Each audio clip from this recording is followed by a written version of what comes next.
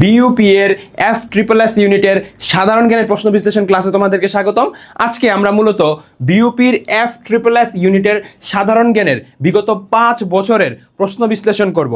আমরা যদি F++ unit নিয়ে একটু কথা বলি, আমরা দেখব যে আইন, জার্নালিজম, পিস অ্যান্ড কনফ্লিক্ট স্টাডিজের মতো সাবজেক্ট কিন্তু বিইউপির এই ইউনিটে রয়েছে। এবং বিইউপিতে তোমরা কেন পড়াশোনা করবে? বিইউপিতে পড়াশোনা করবে কারণ হচ্ছে বিইউপিতে কিন্তু সেশন জট নেই। এর পাশাপাশি বিইউপি পাবলিক প্রাইভেট দ্বন্দ্ব থেকে রীতিমতো বের হয়ে এসেছে এবং বিইউপির টিউশন ফিও কিন্তু আগের তুলনায় অনেক কমে গিয়েছে। এছাড়াও বিইউপিতে পড়লে তুমি ঢাকায় থাকার একটা সুবিধা পাবে। তো আজকের ক্লাসে আমরা মূলত বিইউপির বিগত 5 বছরের সাধারণ জ্ঞানের প্রশ্ন বিশ্লেষণ করব এবং সাধারণ জ্ঞানে আমরা দেখতে পাই বিইউপিতে 40 মার্কের প্রশ্ন থাকে। 24-25 থেকে নিয়ে একদম 21-22 পর্যন্ত 40টি করে প্রশ্ন থাকতো, কিন্তু 20-21 সেশনে কিন্তু সাধারণ জ্ঞানে 30টি করে প্রশ্ন থাকতো।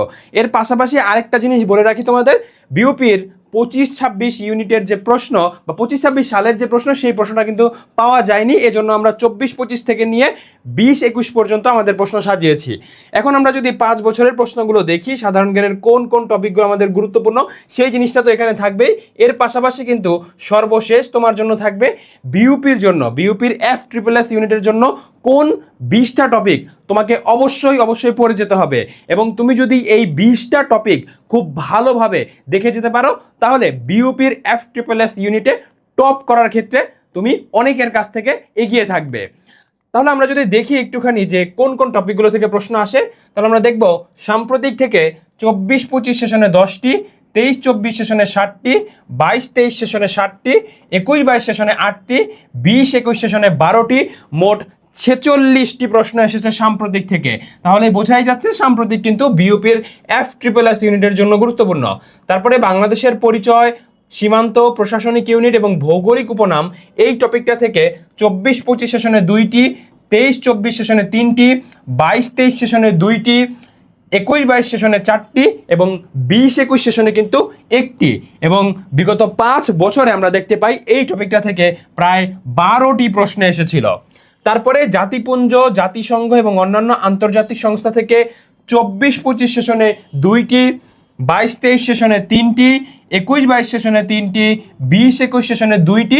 বিগত 5 বছরে জাতিপুঞ্জ, জাতিসংঘ এবং অন্যান্য আন্তর্জাতিক সংস্থা থেকে প্রায় 10টি প্রশ্ন কিন্তু এসেছে। তারপরে সংবিধান থেকে 24-25 সেশনে 2টি, 22-23 সেশনে 3টি, 21-22 সেশনে 3টি, 20-21 সেশনে 1টি। বিগত 5 বছরে কিন্তু 9টি প্রশ্ন এসেছে সংবিধান থেকে। তারপরে পাকিস্তান আমল এবং মুক্তিযুদ্ধ থেকে আমরা দেখতে পাই 24-25 সেশনে 1টি, 23-24 সেশনে 1টি, 22-23 সেশনে 3টি, 21-22 সেশনে 2টি, 20-21 সেশনে 2টি। বিগত 5 বছরে কিন্তু 9টি প্রশ্ন এসেছে পাকিস্তান আমল এবং মুক্তিযুদ্ধ থেকে।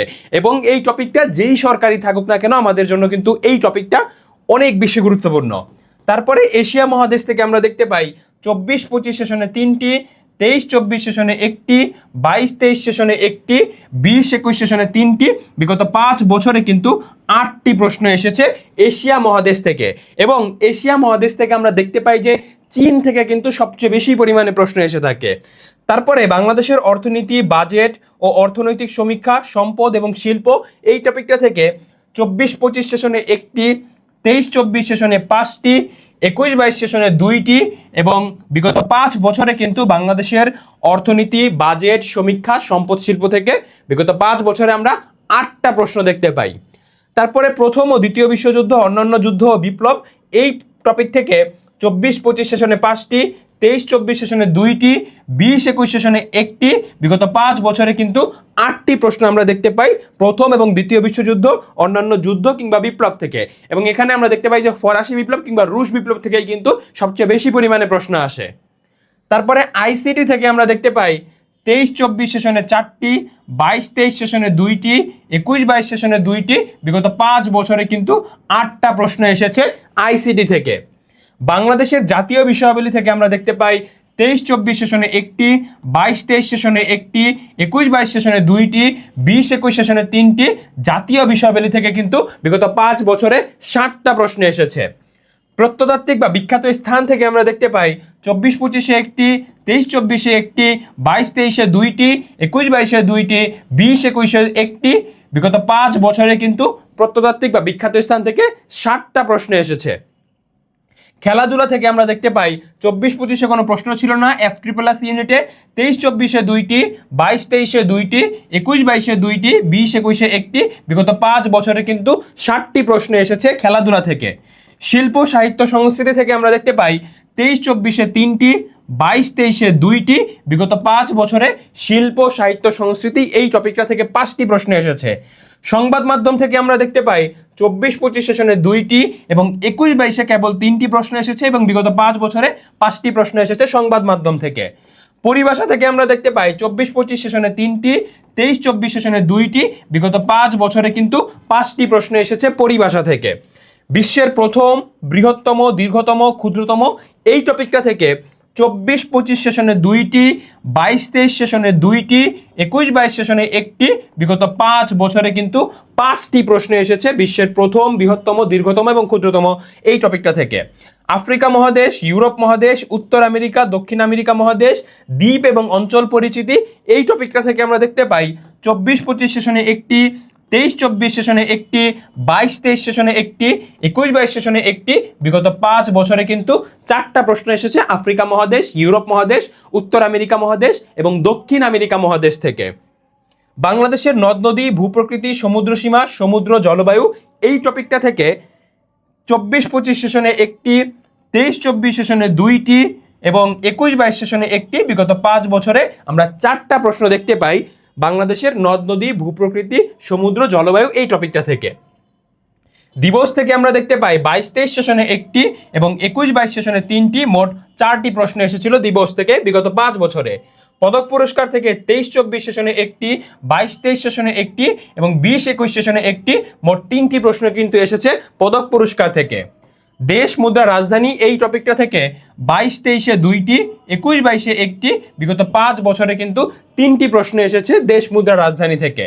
প্রণালী এই টপিকটা থেকে আমরা দেখতে পাই 22-23 সেশনে 1টি এবং 20-21 সেশনে 1টি, 2টি প্রশ্ন এসেছে প্রণালী টপিকটা থেকে।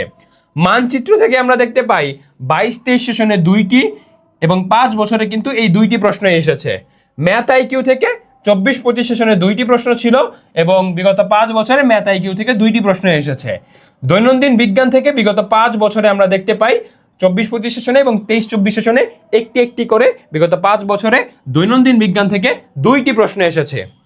গ্রন্থ, লেখক, উক্তি এই টপিকটা থেকে আমরা দেখতে পাই 24-25 সেশনে 1টি এবং 23-24 সেশনে 1টি, বিগত 5 বছরে 2টা প্রশ্ন এসেছে গ্রন্থ, লেখক, উক্তি এই টপিকটা থেকে। এসডিজি থেকে 22-23 সেশনে 1টি এবং বিগত 5 বছরে একটি প্রশ্ন এসেছে এসডিজি থেকে। পূর্ণরূপ থেকে আমরা দেখতে পাই 20-21 সেশনে 1টি এবং 5 বছরে একটি প্রশ্ন এসেছে এবং এই পূর্ণরূপে মূলত আমরা অর্থনীতির বিভিন্ন টার্ম আছে, যেমন হতে পারে জিডিপি এর পূর্ণরূপ কি, জিএনপি এর পূর্ণরূপ কি, এই টাইপের ওয়ার্ডগুলো থেকে প্রশ্ন আসতে পারে। ভূগোল থেকে আমরা দেখতে পাই বিগত 5 বছরে কেবল একটি প্রশ্ন এসেছে 23-24 সালে। উপজাতি টপিকটা থেকে আমরা দেখতে পাই 22-23 সেশনে একটি প্রশ্ন এসেছে এবং বিগত 5 বছরেও কিন্তু একটি প্রশ্ন এসেছে। চুক্তি এই টপিকটা থেকে 23-24 সেশনে একটি প্রশ্ন এসেছে এবং বিগত 5 বছরে কিন্তু একটি প্রশ্ন এসেছে এই চুক্তি টপিকটা থেকে। তারপরে আমাদের আরও কিছু টপিক রয়েছে, বাংলাদেশের প্রথম, বৃহত্তম, দীর্ঘতম, ক্ষুদ্রতম, হটলাইন রয়েছে, বিখ্যাত ব্যক্তিত্ব রয়েছে, আইন রয়েছে, প্রাচীন সভ্যতা রয়েছে, পরিভাষা রয়েছে, বিভিন্ন তত্ত্বশাস্ত্রের জনক রয়েছে, প্রাচীন বাংলার শাসনামল রয়েছে, পৌরনীতি রয়েছে, বায়ুমণ্ডল, মহাবিশ্ব, পৃথিবীর আবর্তন। এই টপিকগুলো থেকে আমরা বিওপিতে কিন্তু বিওপির FSSS ইউনিটে বিগত 5 বছরে কোনো প্রশ্ন দেখতে পাই না। এখন আমরা আসি যে বিওপির FSSS ইউনিটে টপ করার জন্য তুমি আসলে কোন টপিকগুলো পড়বা, কোন 20টা টপিক সাধারণ জ্ঞানের পড়লে তোমার 40 মার্কের যে প্রশ্ন আসে সেই বেশিরভাগ প্রশ্ন কভার করবে এবং 30 থেকে 35 মার্ক অনায়াসে পাওয়া যাবে। সেই টপিকগুলো চলো আমরা একটু দেখি।